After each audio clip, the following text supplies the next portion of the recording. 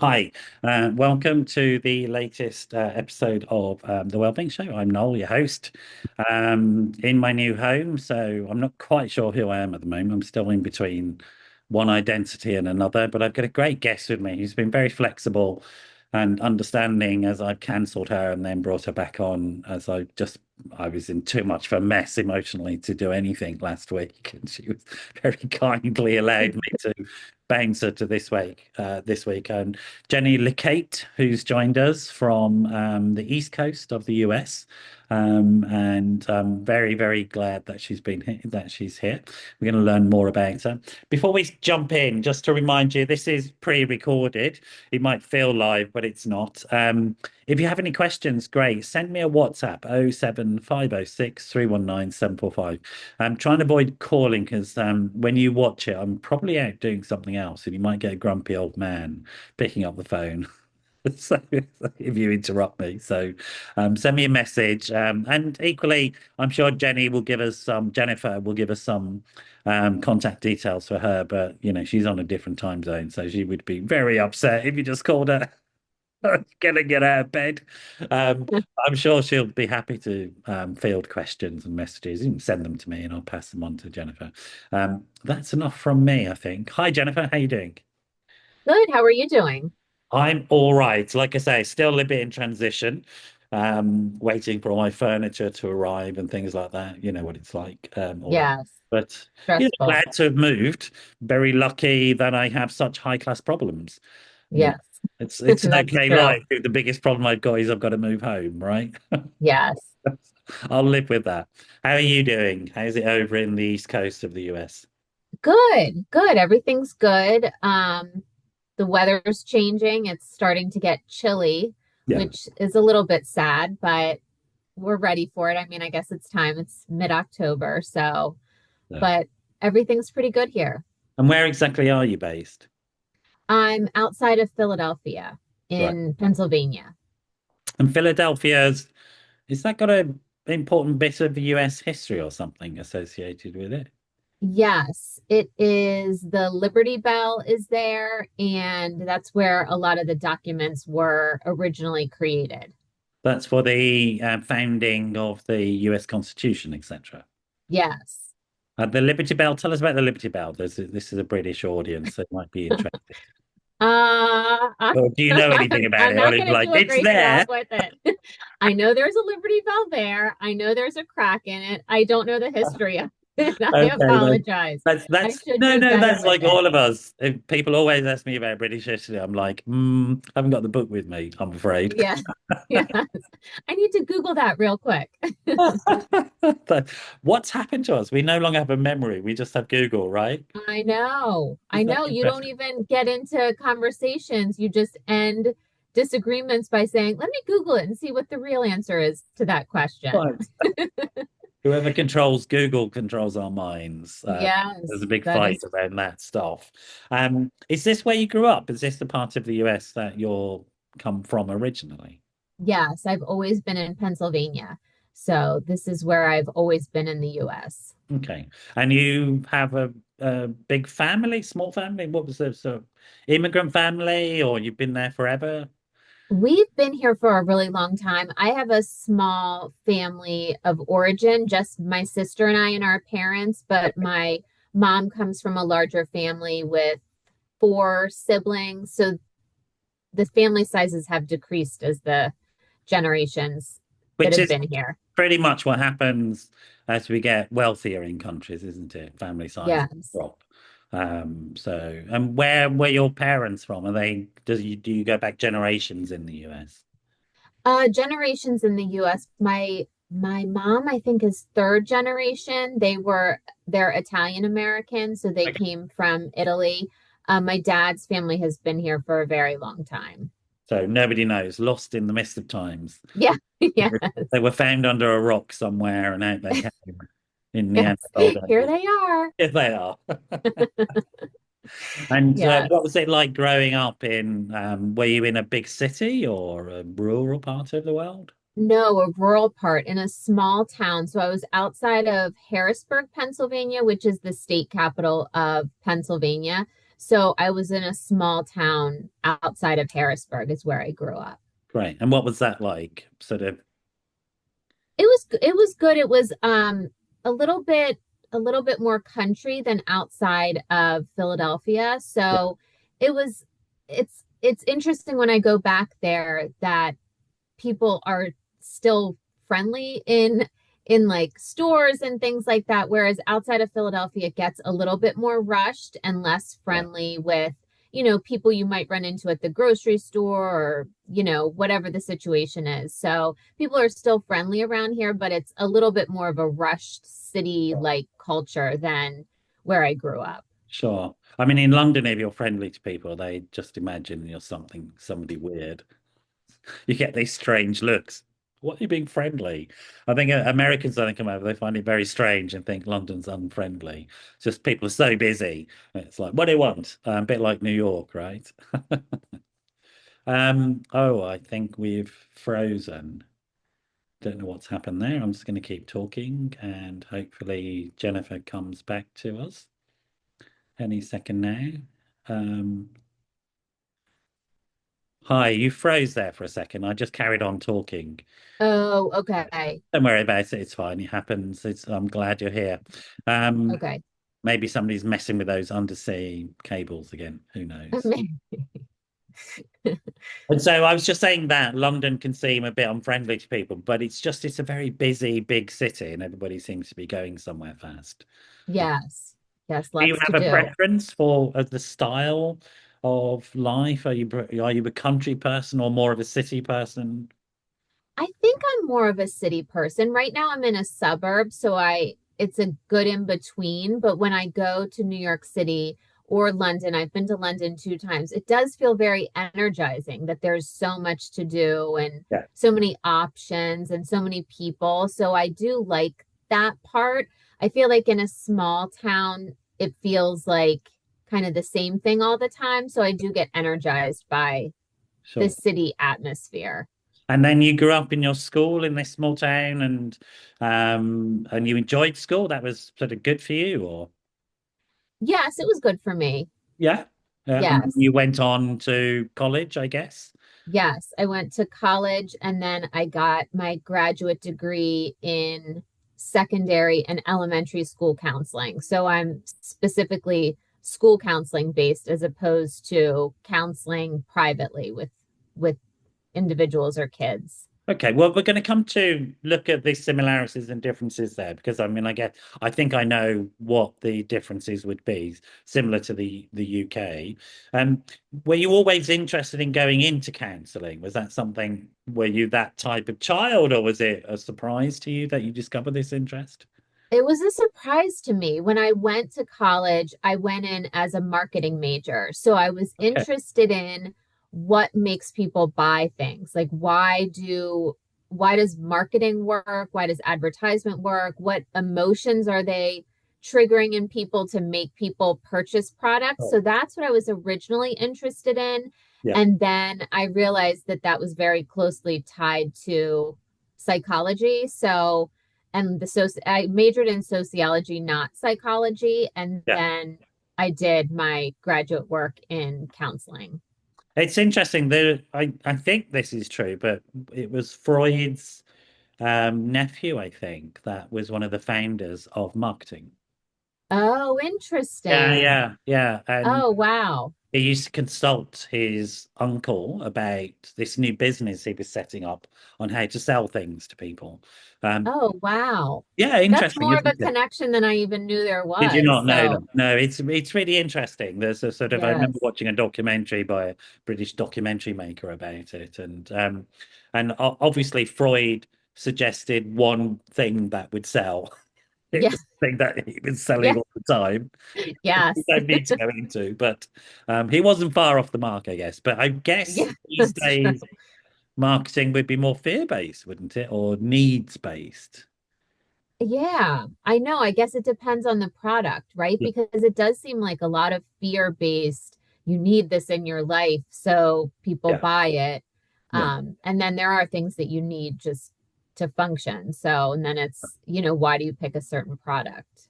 But also, and I don't know what you think about this, but I think in some ways, being a psychological therapist in the broadest sense is about trying to sell something to people, not a thing or a product, but trying to sell a change to them.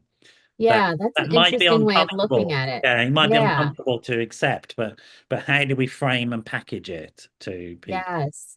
That's interesting. Yes. Yeah. Because and you're also selling them also an idea of who they are because I feel like people have this perception of who they are and then who other people perceive them to Sure. be might be very different than what they feel like they're putting out into the world. So, Yeah. And there's a strong body of knowledge, isn't there, about the big part of personal change is being able to get your network to allow that change to happen. yes. Because of that thing, the expectations, the patterned relationships, and so on. So when one wants to change personally, I mean, I suppose an extreme example would be somebody caught up in some sort of substance misuse addiction, Right. and there's a whole network of people who are using in unhealthy ways. They may have to move the whole network just to be able to. Right. But in families and systems, which you will know an awful lot about having worked with children, um, Yes. that they often can become quite stuck, those patterns of relationships. Yes. And then Yes, hard getting to break. hard to break. Yes, absolutely. So you went from marketing to another form of marketing, which was psychology. What was that transition? How did that happen? I mean, I can guess, but I'm interested. I it's hard for me to remember how it happened. I think I just was feeling like it wasn't very personal, the marketing. And I wasn't in the upper level courses, but the entry level business courses, I just felt like there was this personality to them that I felt like didn't match with who I was. Like I Yeah, didn't feel like I was so like, you know, I don't want to say driven, but just like so focused on the task. I feel like I'm more about let's talk about it and let's look at it from different angles and just more of the personal aspect. Where when I was in my sociology courses, it was interesting how there was multiple right answers yeah, and a lot of discussion. And that's interesting to me how people can look at one situation or issue and there can be so many different interpretations to it and there's no right answer. yeah. So I liked that. It kind of worked with my personality better. Sociology is a really interesting subject. I did it while I was at school, which is sort of high school, I think you would call it in the US, because you call university school as well, don't you? Yes. Call it university. So before I went to university, I did sociology, and I did a year of sociology as my undergraduate thing as well, across the Okay. spectrum. And again, like you, I found it really interesting that the outcomes were negotiable. And there was Yes. a high degree of uncertainty about it, Yes. and then learning to tolerate that uncertainty and the fact that I had to engage with multiple possible outcomes. Yes. It's really interesting for me. Right. Did you end up graduating with psychology as the focus No, as I did opposed to that 10 years later. I got kicked out as an undergraduate. oh wow. That sounds like a good story. Yeah, no, I had to talk about my failures. No, I went to retrain 10 years after that, for a Okay. professional degree, which was still a long, long time ago. I was a little baby dinosaur then. Now I'm an old dinosaur who's a bit cronky.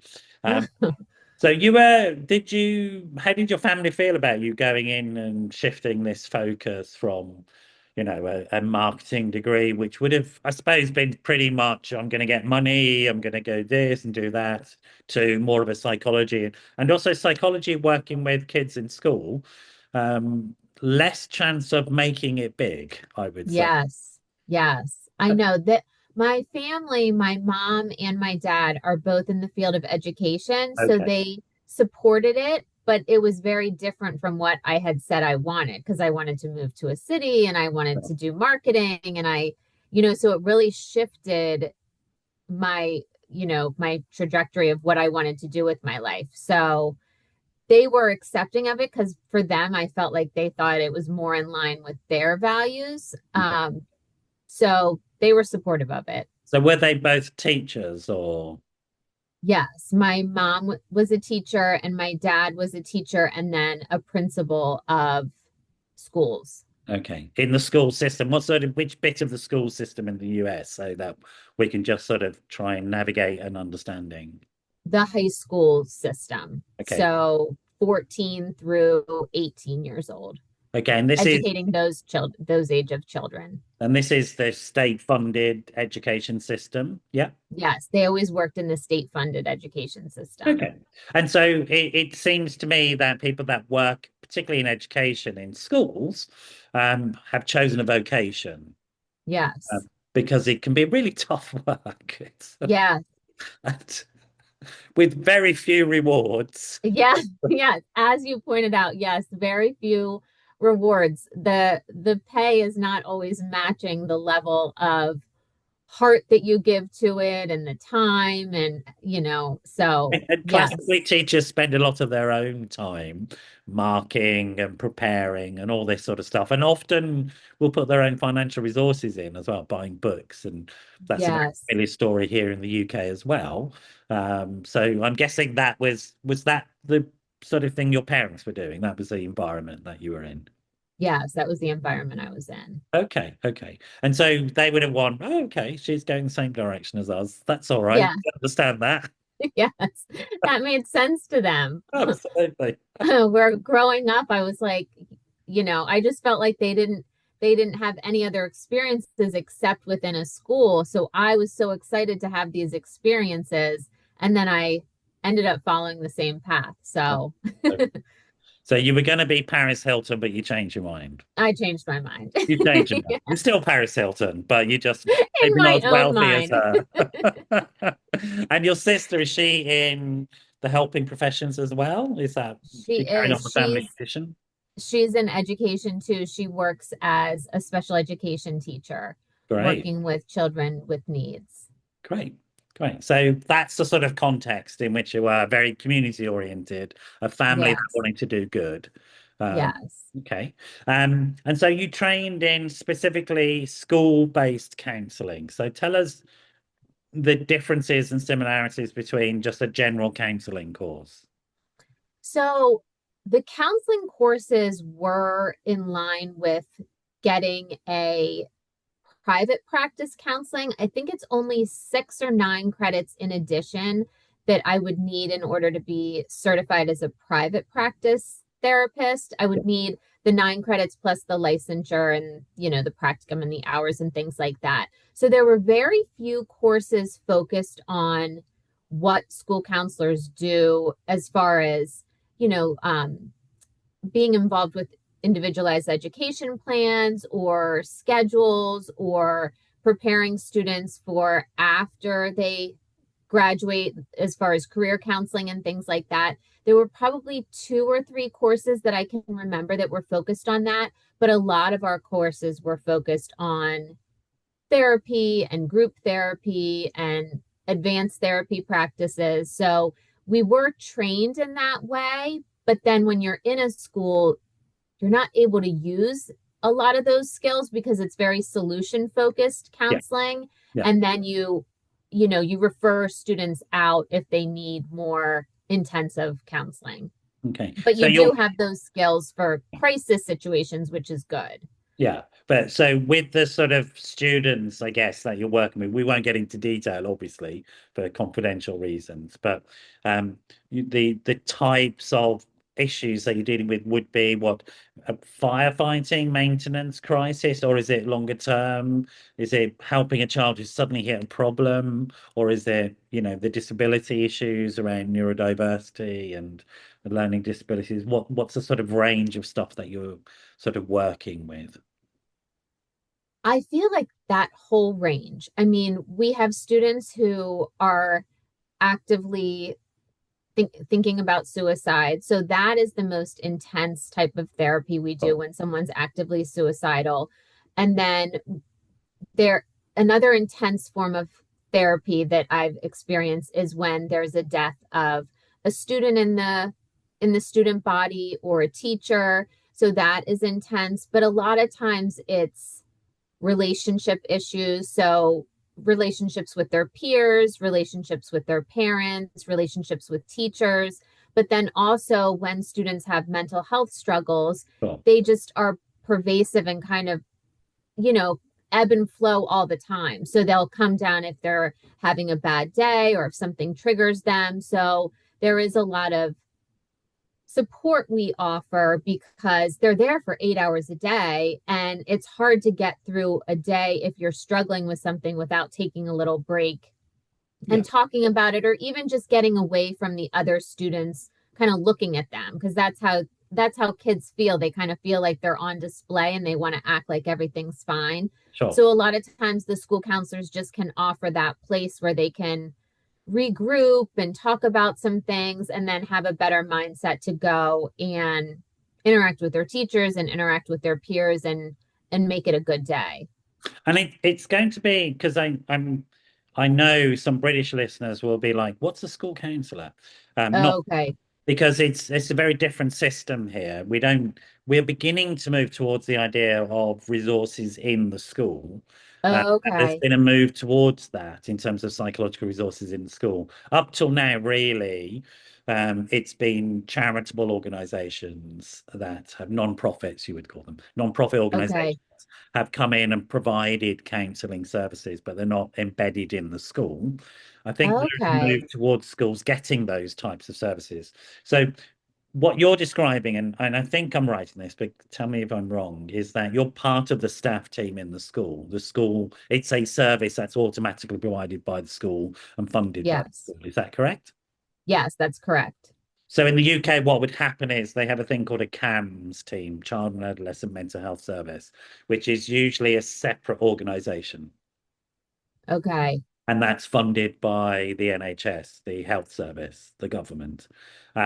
And it's very difficult to get resources, get services from them often. Parents will talk about this, and many parents will pay for their children to go and see a counsellor privately. Some schools do Okay. have counsellors, like I say, and there is a move towards moving therapists out of the specialist teams into the schools. But that's Okay. going to take some time. So just for people who are listening to try and understand the difference. But in the US, this idea of counselors embedded in schools has been there for a very long time, hasn't it? I mean, it's a sort of normal Yes. part of a school life, right?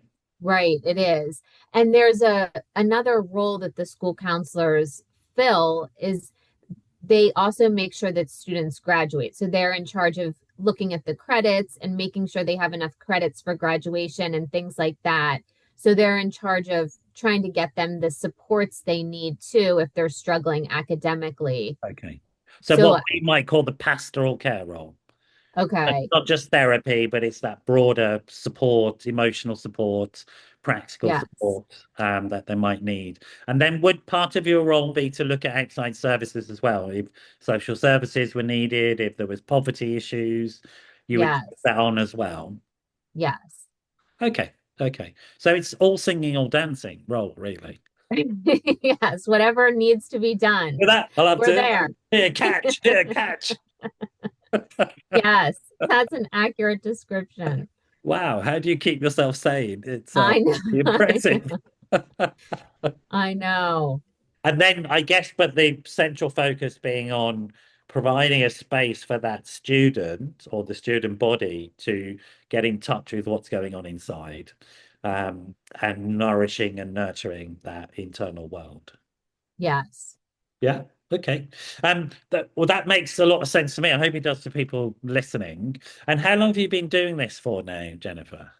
So I have been a school counselor for over 10 years. Right now, I have a role where I'm more focused on the career counseling. So in my current school that I work at, we have a department that focuses on the career counseling aspect and giving students opportunities to make plans for what they want to do after graduation, because that also it's so tied in with their self-esteem and their connection to the school and their wanting to go to school and feeling like school's important. So I've moved in that direction recently. So I've been in this role for a little under 3 years.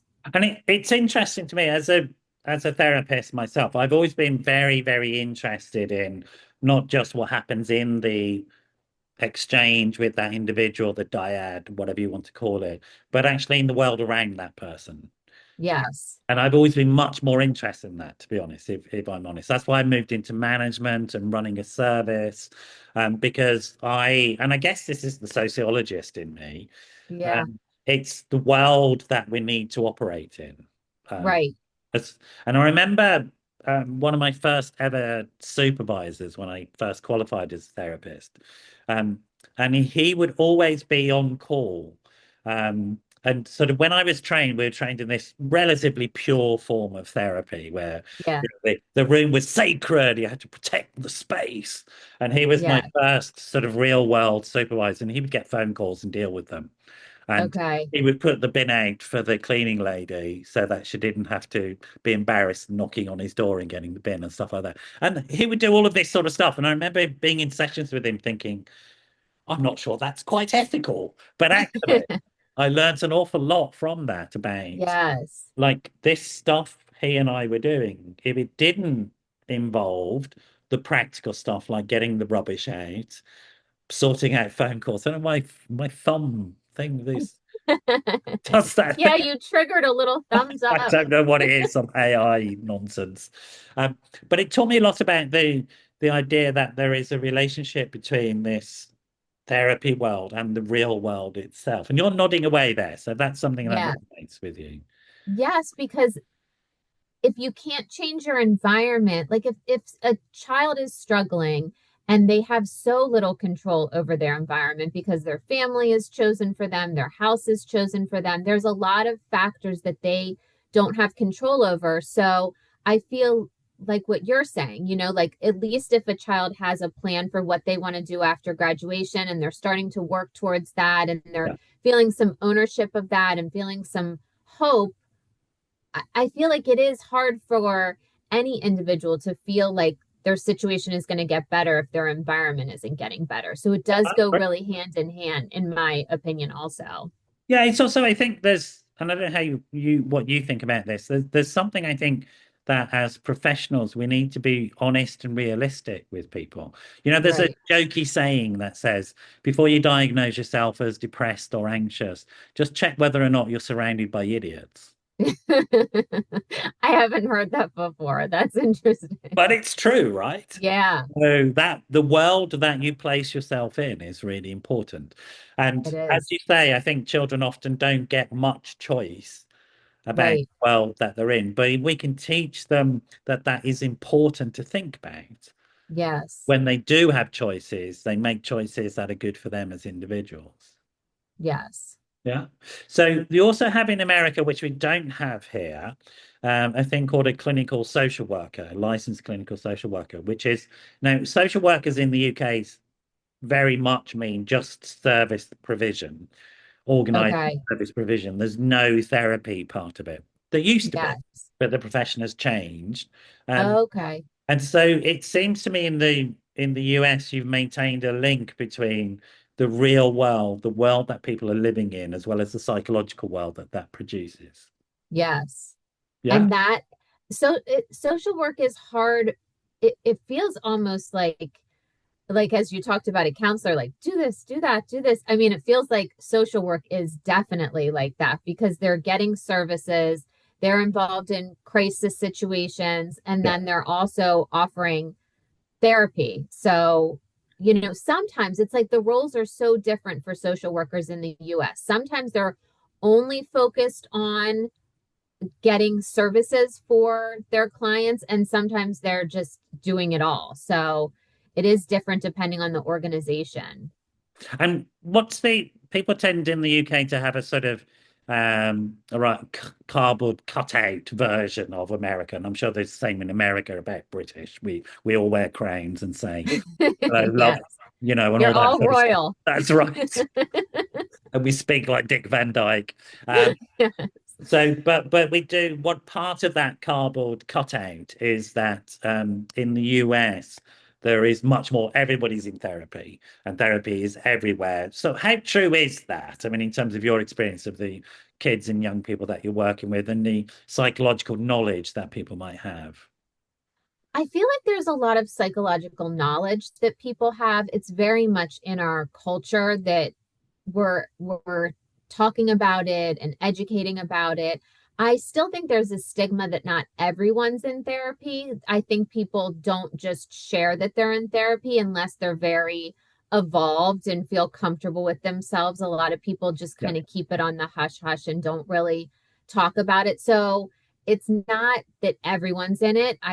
And it is still sometimes hard for parents to get their children into therapy. So there's therapists in America that operate under the insurance system and it's more affordable, and then there's this other section of therapists that only take payment from the client. So it kind of puts a hierarchy of, oh, well, these therapists don't take insurance. So they have had this reputation that they're so good that they just refuse to take insurance, and they have Yeah. enough clients without having to bother with that. And then other therapists that do. So I don't know if it's like that in the UK, but that's another, there's kind of, some discrepancy with that in the US with the I mean, I therapists. think the snobbery around money still exists. I mean, I think Yeah. that's fairly common across the Western world. So Yes.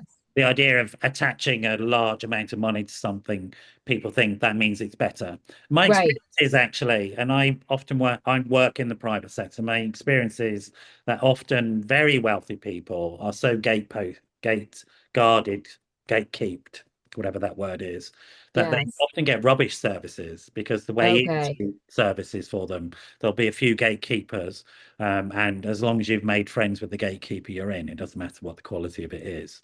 Uh, Right. so protected that sort of any old junk is fine. Do you know what I mean? Yeah. So um, so it's a sort of protected world in that. Yes.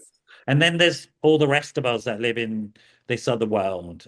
Yes. And in the US as well, it's very different in terms of legislation. So everybody who works as a therapist in the US is licensed. That's just not true in the UK at all. Oh, interesting. There's Okay. very few people licensed. I'm licensed, but very Okay. few people are licensed. It might change. This government's talking about changing it, but the vast majority of therapists that people would come across the public are not licensed. So, Interesting. isn't that interesting? Yeah. Yes. So how do they have the background and the experience to help their clients? They A just good question. research it? Yeah. That's a good question. It's difficult to know without licensing, Yes. genuinely. I think it partly comes from because you have state boards that license you. Okay. And there isn't so much local control like that in the UK. So for licensing to happen, it seems to need to come from the central government, and that's a Okay. slow-moving beast that's difficult to convince that it's important to do. I Yes. better not go into that subject because I will get on a soapbox. Okay. Okay. It's very interesting to me. Sorry, I kind Well, of we'll talk needed about to it ask off those camera. questions. Yeah. Yes. Now, I guess, kids are kids, whatever country they come from. There's things that all children share in terms of anxieties, depressions, body image issues, mental health issues, and pretty much the same. And parents here will understand that as it's the same thing as parents in the US. Although we tend to think, and I don't know how true this is, there is a unique thing that happens in the US around gun violence and things like that. That Yes.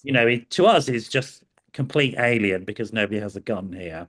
Uh, Yes. but that's the reality of dealing with that sort of stuff. And I can see your face changing. I'm sorry to bring up Yeah. the subject, Yeah. but No, that's immediately the okay. whole of your face just dropped like, oh God. Yeah. I mean, it is like that, right? Isn't it? It is a sort of quite a depressing situation to look at for me. I don't know what it's like to be in there. Yes, yes. And being in the schools after a school shooting will happen, it just feels so somber. And Yeah, you know, every time on the news they interview people and they say, I never thought it would happen here. No one ever thinks it's going to happen yeah, in their school. yeah, So there's that feeling like you never know where the next school shooting is going to happen. And so it is very sad and very scary, and it creates anxiety in Yeah. kids, because realistically, they can't feel like their school is safe if they're really thinking about Yeah. it. So it does, students who tend to be anxious sometimes focus on that and feel Yeah. fearful about going to school, especially after big school shootings happen. Sure. And when it hits the news, um, Yes. and it's quite a regular occurrence now. Although the US is huge, and people should understand that, even Yes. though there's regular shootings, it's a tiny, tiny, tiny, tiny number of actual schools that Yes. experience this. But it's just so shocking, I think. And It is. sense of fear is something I talk to with my American friends. It's something I experienced for the last time I went to the US, I was in California, um, Okay. and with my stepson, and we went to Disneyland World, whatever it's called in LA. Yeah. And I remember walking through a shopping mall, which is huge. If for people in the UK, these things are like the size of cities.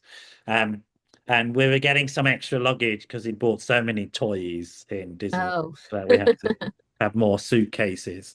And then we were walking through this mall. Suddenly, I had this feeling of anxiety, and just this thought popped into my head unbidden. Oh, this is where those strange people come with guns and shoot you.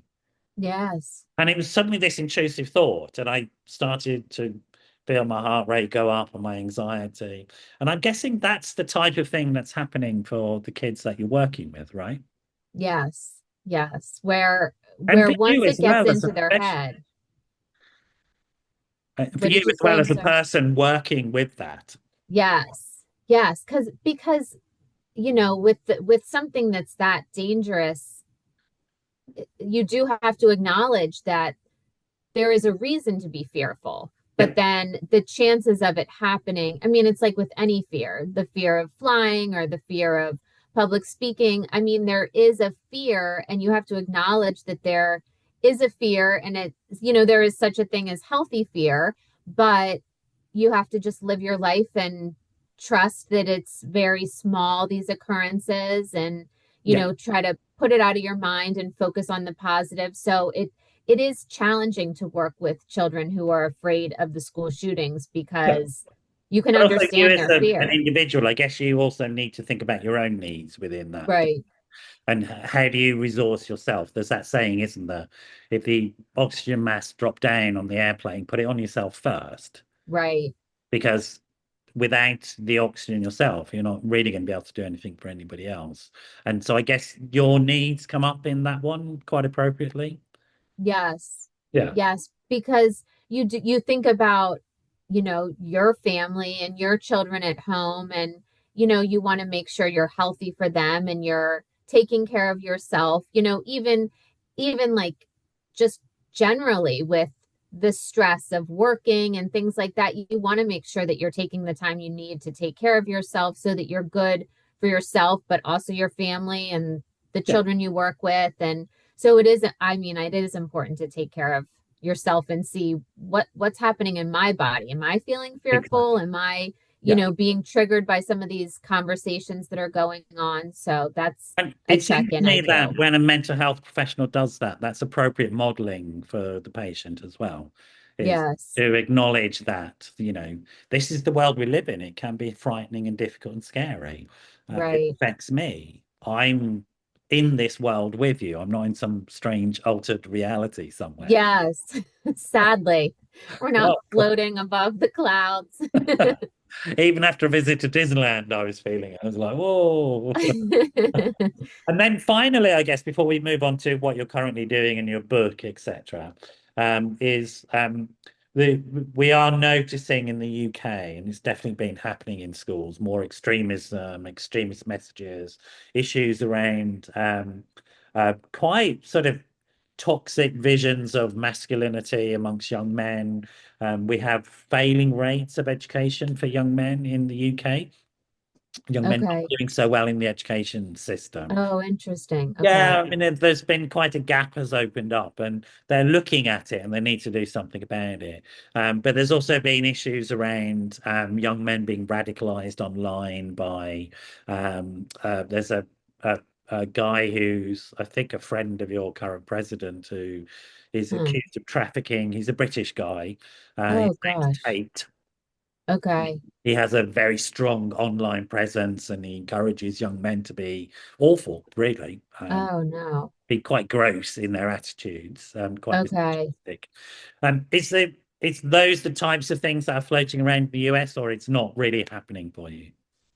I'm not seeing a lot of that right now. I do see the divide though. I see that the two parties and the two philosophies, I feel like it is getting a little bit more extremist as opposed to just the thought of, everyone has the right to be Yeah, who they want to be, to allow people the grace to be who they want to be without putting your own ideas and thoughts on people. I'm noticing that seems to be gone. It feels like there people want to declare right and wrong and good and bad, and where so much, I mean, we talked about it before with the sociology, so many right answers. It's like there's so many right paths, and who are you to say what the, except for extreme situations like you're talking about. It's like there's a lot of that judgment, and come to my camp and feel this way and think this way and don't like these groups of people. So yeah. I'm seeing that And in, that's quite a difficult pressure, I think, on young people. It's because their minds are still forming. Their yes, views of themselves and other people are still forming, and they're quite vulnerable, I think, to I think so too. yeah. So, I mean, thank you for that. It's really interesting to sort of look at it. Obviously, kids and parents are the same wherever you go, really, Right. have the same issues. And well, I think parents all have the same desires for their kids, that they're going to be happy and be able to earn a living and have a nice partner and have their own family if Yes. they wish and so on. And so there's a lot more that unites us, I think, than divides us, really. I think so too. Yeah, Yeah. yeah, without a doubt. But you have developed more of an interest in certain aspects of children's psychology recently, haven't you? Do you want to tell us about that and how you got involved in thinking about it? It's around anxiety, I think. So when I was working as a school counselor at a high school, I was doing group counseling. So in addition to working with students individually, we sometimes run small groups for Mm. students where they we focus on one topic. So I was seeing anxiety come up a lot. And in this group, I had in the United States, we call them the ninth grade students. I had a ton of ninth grade students, which means they were 14, 15 years old. And it can be hard sometimes to get those students talking because they are being vulnerable with their peers. Sometimes they're peers that they don't know. They're not often their friends. They're just picked to be in this group because they're struggling with the same topic. So I I had some good group members who really would get the conversation going, which was super helpful for me because as a counselor, you need your clients to share or else it doesn't work. It's just the Yeah, counselor talking. yeah, So I had this idea to write a book about a group therapy for anxiety because all the different students were presenting in different ways. One student would have panic attacks, another, most of the students just had generalized anxiety disorder, but their triggers were different and the coping strategies that worked for them were different. So I just had this idea to write a book about anxiety and about an anxiety group at school to educate children on anxiety is so broad. yeah. Just because you're not triggered in the same way that you hear about someone else being triggered doesn't mean it's not still anxiety. And then the coping strategies that works for one student might not work for you, and that's okay. And there again, so many right answers and so many different situations. So I had this idea to write this book, and Love I it. thought it would be a really great way for a counselor to get kids talking about it. If you don't have these model group members who are sharing and being vulnerable, then you can talk about the characters and kind of connect with the characters and talk through some of your own issues in a safe way, just kind of easing them into it. I So love that it. was my I mean, idea. there's a number of things I really like about that. One is this idea that because I think when people are anxious or depressed or have some other sort of mental health issue, and anxiety and depression are the common ones. They're the ones Yes. that most of us are going to experience at some point in our life. That's the truth. Right. But when we get these symptoms, we often feel so alone in them. Yes. And that's in the nature of the symptomology that we feel there's something wrong with me specifically. I'm specifically broken in a unique way, and that's why this is happening to me. And so then Yes. writing about this multiplicity of experience and encouraging people to reconnect and go, well, no, it's pretty normal, really. So Yes. it's part of the normal experience of being a human being. I love that Yes. idea, that sort Okay, of good. normalization thing. And also turning them into characters. I mean, I mean, I'm trained as a drama therapist originally, and Oh, always interesting. when you give me characters, I'm like, yeah, that's right, let's do that. So the idea of the characters was rather than because you could have just written a textbook, right? Right. And describe these are signs and symptoms of la la la la la la. This is what you do, but you Yes. choose to write it in this way. Why in this way? What was sort of inspiring you to write characters that could be identified with? Because I felt like it would give the children hope and connection, and it would have them rooting for the characters and seeing that the character can do better by the end of the story by using some of the coping strategies and having hope that they can get better, because I feel like that's so much of mental health struggles is Yeah, if you don't have the hope that things can get better, you're not going to do the work to get yourself to a better place. So I thought the characters could take the children through that journey as they were reading about the characters and kind of root for this character who in the beginning wasn't sure if he wanted to join the group, and yeah, then right. by the end it really was valuable. So I was I like, like that's that very hero's realistic. journey Yeah. experience. Yes. That's great. I mean, because that is literally the whole experience of childhood, isn't it? You're constantly on this journey of Yes. changing and evolution with no real sense of what the outcome is, even though the world tells you should do. But actually, you got no idea. Um, Yes. but you just somehow got to get on with it, haven't you? So, Yes. and Yes. also, Just I love that idea of that sort of characters in the sense of my understanding of characters and roles, particularly in literature and literate behavior. I guess you understand from child development studies that there's oral, there's literate cultures, but literate behavior and literate thinking is a unique mentalization process, which has specific psychological sort of benefits to us. And so creating a character, I'm guessing, would allow the kids to have some emotional distance from their own symptoms, yes. place it in the character, and then they can analyze it a bit better, a bit more Yes. safely, as it were. Yes. And then they're not, then if they can talk about the character and the character's journey, they're putting themselves in that Yeah, position too, but not having to be vulnerable to talk about that's themselves. right. That's right. So it gives them this protection, I guess, that, Yes. but also just from their own thinking as well, because these topics, because we forget, I think, children can be overwhelmed, even if they're 14 or 15, they're still Yes. children. Yeah. That stuff overwhelms them, right? Yes. And then having any sort of what I would call containment of that overwhelm allows the sort of cognitive processing functions to work. You're nodding away.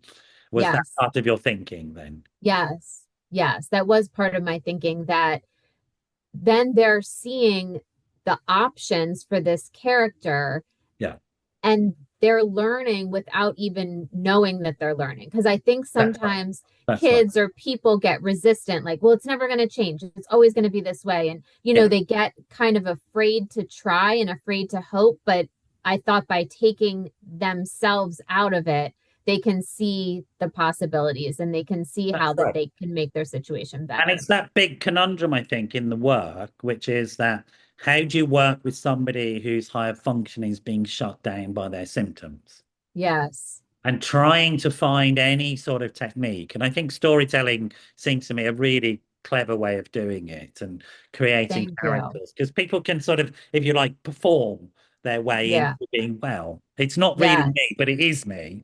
Yeah. And you know about that sort of theatre term, I guess, the oh, it's now gone out of my head. It will come back. Suspending disbelief.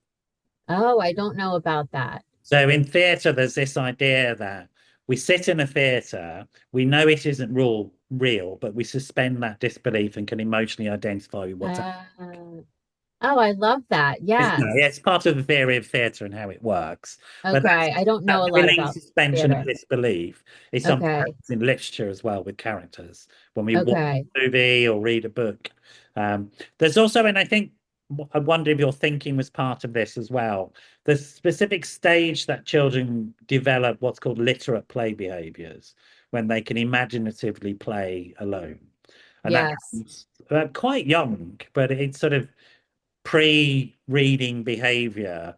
And that ability to be creative, it seems to me, is a really important gift to give to children. Yes.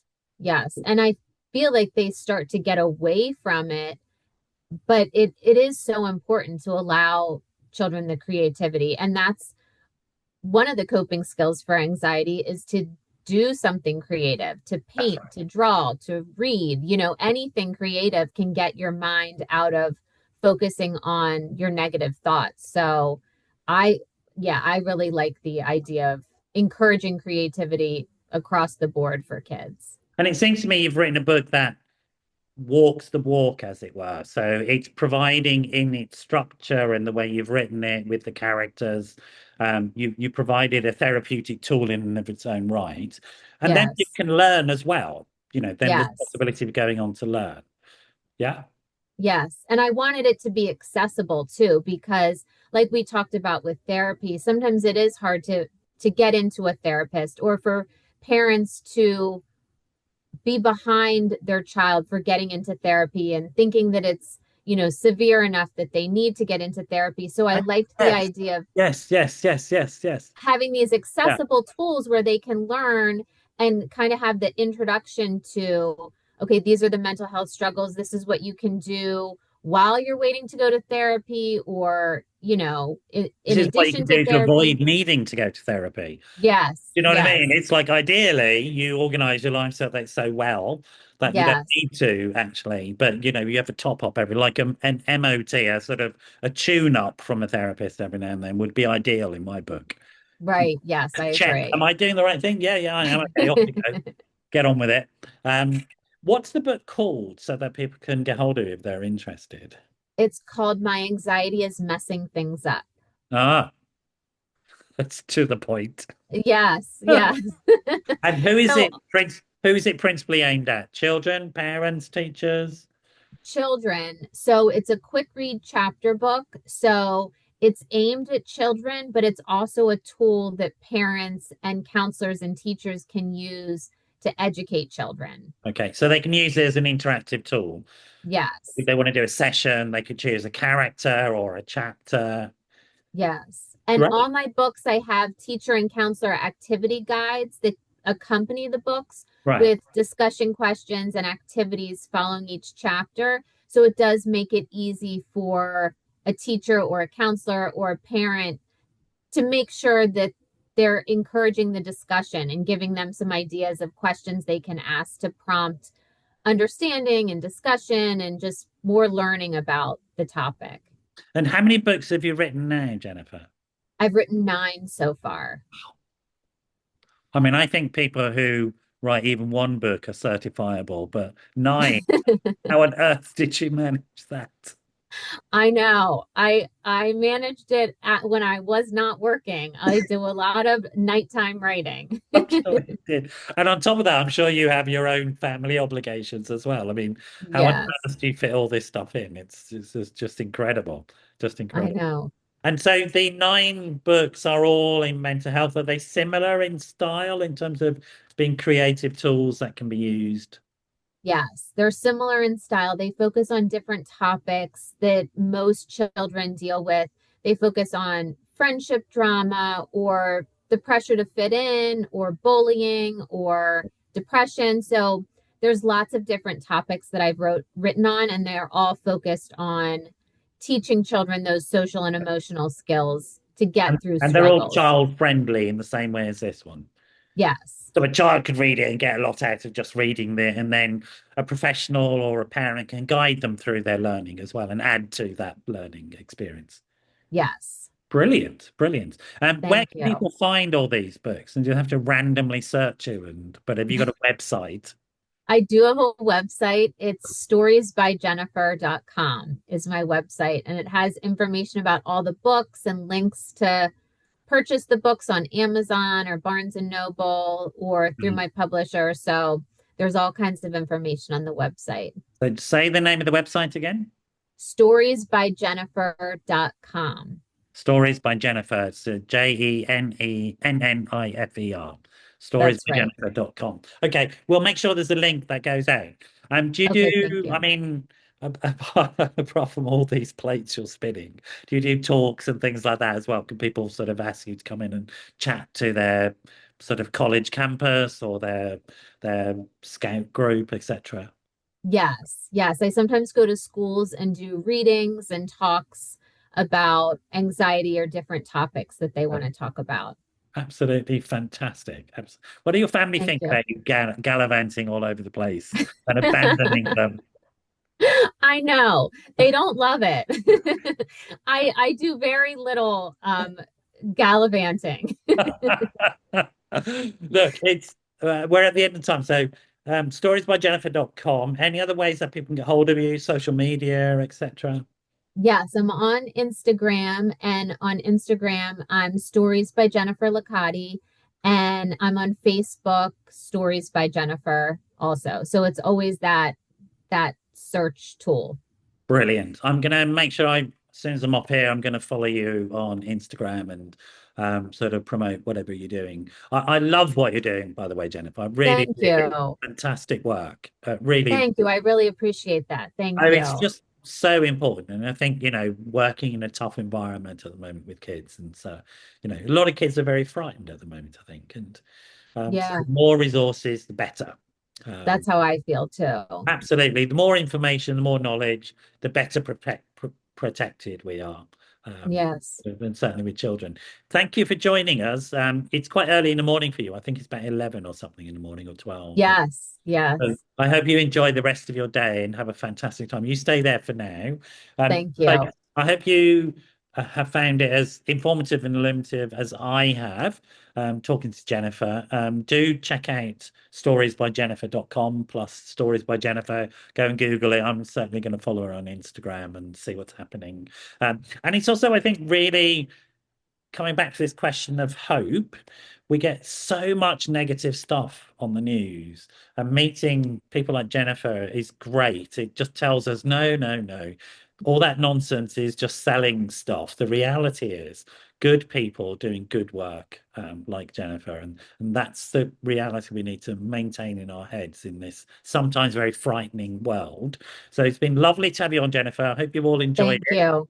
You stay there for now, and thank you everybody for joining us. And I'll see you at the next episode of the Wellbeing Show. So bye bye for now.